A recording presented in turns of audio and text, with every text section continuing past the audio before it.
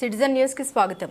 రాష్ట్ర బడ్జెట్లో గిరిజనులకు మొండిచేయి అంకల గారడే తప్ప ఎలాంటి నిధులు కేటాయించలేరని లంబాడ హక్కుల పోరాట సమితి రాష్ట్ర అధ్యక్షులు రాంపాల్ నాయక్ మండిపడ్డారు. కాంగ్రెస్ పార్టీ అధికారంలోకి రాగానే గిరిజనులకు ఇచ్చిన హామీలన్నింటినీ 100 రోజుల్లో అమలు చేస్తామన్న రేవంత్ రెడ్డి ప్రభుత్వం మొదటి బడ్జెట్లోనే గిరిజనులకు ఒక హామీకి కూడా నిధులు కేటాయించకుండా మొండిచేయి చూపించిందని లంబాడ హక్కుల పోరాట సమితి రాష్ట్ర వర్కింగ్ ప్రెసిడెంట్ భరత్ చావన్, రాణా ప్రతాప్లతో కలిసి శుక్రవారం విలేకరుల సమావేశం నిర్వహించారు. ఈ సందర్భంగా వారు మాట్లాడుతూ గిరిజన ఓట్లతోనే కాంగ్రెస్ పార్టీ అధికారంలోకి వచ్చిందని వారు గుర్తు చేశారు.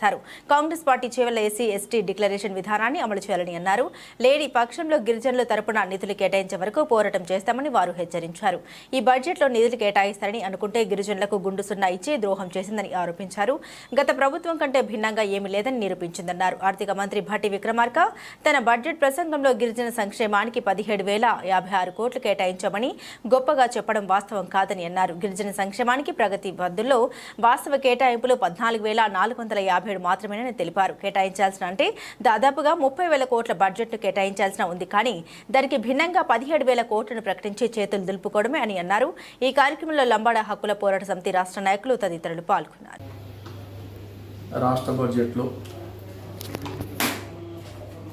రాష్ట్ర బడ్జెట్లో గిరిజనులకు న్యాయం జరుగుతుందని ఎంతో ఆశగా ఎదురు చూసినాం.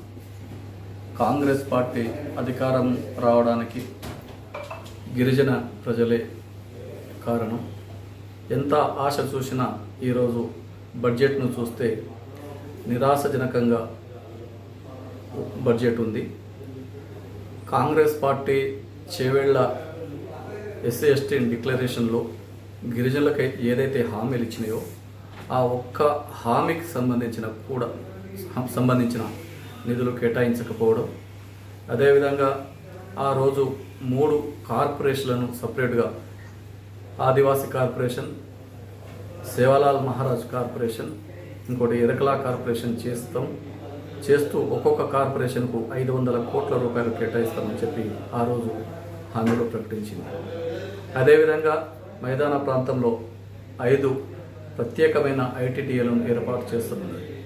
ఖమ్మం, నల్గొండ, మహబూబ్ నగర్, నిజామాబాద్ మరియు మహబూబాబాద్ జిల్లాలో ఒక్కొక్క జిల్లా 5 ఐటీడీఏలను ఏర్పాటు చేసి ఒక్కొక్క ఐటీడీఏలకు 500 కోట్ల రూపాయలు కేటాయిస్తామని చెప్పి ఈరోజు ఈ బడ్జెట్లో కేటాయించకపోవడం చాలా తీవ్రంగా లంబాడ హక్కుల పోరాట సమితి వ్యతిరేకిస్తున్నది.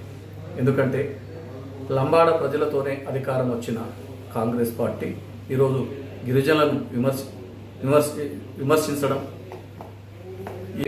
ఒక్క పద్దు కూడా సరైన పద్దు లేదు.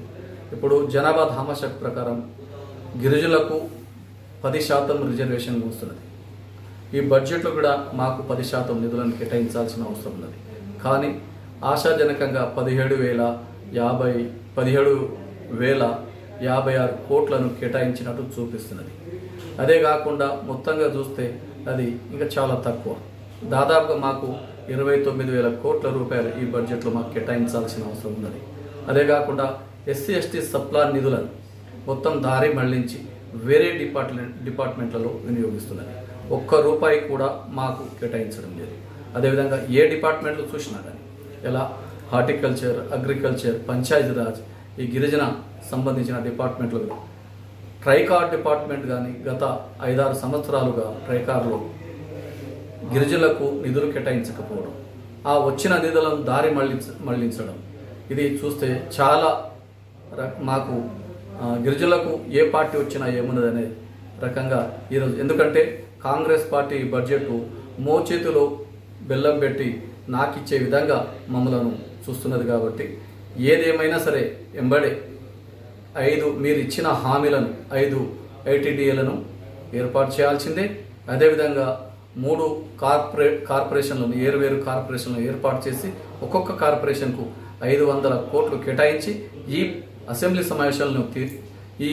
సమావేశాలలోనే తీర్మానం చేయాలని చెప్పి మేము డిమాండ్ చేస్తున్నాం. ఎందుకంటే మొదటిసారిగా విజ్ఞప్తి చేస్తున్నాం. ఒకవేళ మీరు స్పందించకుంటే మాకు లంబాడ హక్కుల పోరాట సమితి అంటేనే అది పోరాట సంఘం. కంపల్సరిగా మేము చూస్తాం.